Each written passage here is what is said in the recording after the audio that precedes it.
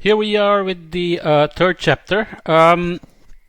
If we want to do climate projections and plan for the future, we need to know what the climate is capable of doing. We talked about it a little bit in terms of the climate sensitivity. What we will do in this chapter is to look at past climates and also some recent climate changes in response to natural perturbations to see if those feedbacks can give us a sense of what is relevant for the coming century, let's say, in terms of where we are headed with our fossil fuel emissions and the perturbations to the climate system. This is just to get a sense of what are the responses that we could expect. So you want to understand if any of the past responses to natural perturbations can serve as an analog to where we are headed. Could be very useful, right? So we need to know that. So here we will describe and explain some of the patterns observed in the behavior of Earth's climate system, especially the feedbacks that kick in, because as we already mentioned, the orbital forcing by itself is never big enough to explain the responses in terms of ice ages, interglacials, and so on. We explain some of the causes of climate's natural variability, setting contemporary climate change in its longer term context. So that's the main goal. Where are we in terms of the past climate change over various timescales? We will describe the various lines of evidence about climate forcing and the feedbacks that determine the responses to perturbations and the way in which the reconstructions of past climates can be used, especially in combination with models and contemporary observations of change. So we will look at paleo observations, try to understand the radiative forcings that are involved. Always comes down to forcing, energy imbalance at the top of the atmosphere that kick off the beginning of a feedback and then see how things get amplified or damped. This is the main goal. So climate response to natural perturbations include volcanic aerosols. We will briefly touch on one particular example, Pinatubo, which went off in 1991, and we have some good observations for that. They are natural perturbations because the stuff that's below the Earth and out of the climate system gets vomited into the system and creates radiation forcing, radiative forcing. Okay. Anthropogenic and geological CO2 emissions. CO2 is always a part of the story, as we said. Orbital variability, which can explain most of the past glacial deglacial cycles, as we talked about in terms of Milankovitch cycles. So we will revisit some of these. And of course solar variability at various timescales to see if that has anything to say about the coming climate change and the internal feedbacks that get kicked in. We kind of mentioned one, the precessional forcing of the monsoon, the greening of Africa around 9,000 to 6,000 years ago, and so on. And we will look at ice sheet albedo feedbacks, especially in the context of the polar amplification and Arctic warming, which seems to be consistent even in the past climate variabilities.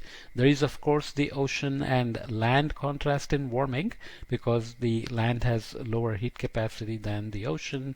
That's ocean is what gives us the lower frequencies, especially in the shorter term where diurnal cycle and seasonal cycle are the main forcings, but we have this very rich spectrum of climate variability which comes from the interaction of the ocean heat content with the atmosphere. So ocean, land, atmosphere, and carbon cycle. When we talked about climate sensitivity briefly, we didn't mention that actually climate sensitivity, the way it's defined, we increase CO2, double it, and then hold it constant and look for what the equilibrium response is. And Biogeochemical ecosystem feedbacks are not explicitly included, so we'll see what that means in this context. So carbon cycle feedbacks then become very critical, and the freshwater and ocean circulation we will see also in terms of the perturbations to the meridional overturning or the global conveyor belt, especially the Atlantic sector of it, the Atlantic meridional overturning, which seems to have produced some particular time scales in past climate variability records. Okay? So perturbation or forcing here definitely means something that alters radiative forcing, so creates an imbalance between incoming shortwave and outgoing long wave radiation, which perturbs the internal feedbacks. So in order to understand the response to a perturbation in the past, we need a good quantification of the perturbation itself. So what was the radiative equilibrium or radiative disequilibrium that was introduced? How many watts per meter squared? Right? Observations of the spatial and temporal extent of the response and how long after the perturbation the response expressed. So you can see the perturbation and then understand when exactly the response actually kicked off and how long it lasted.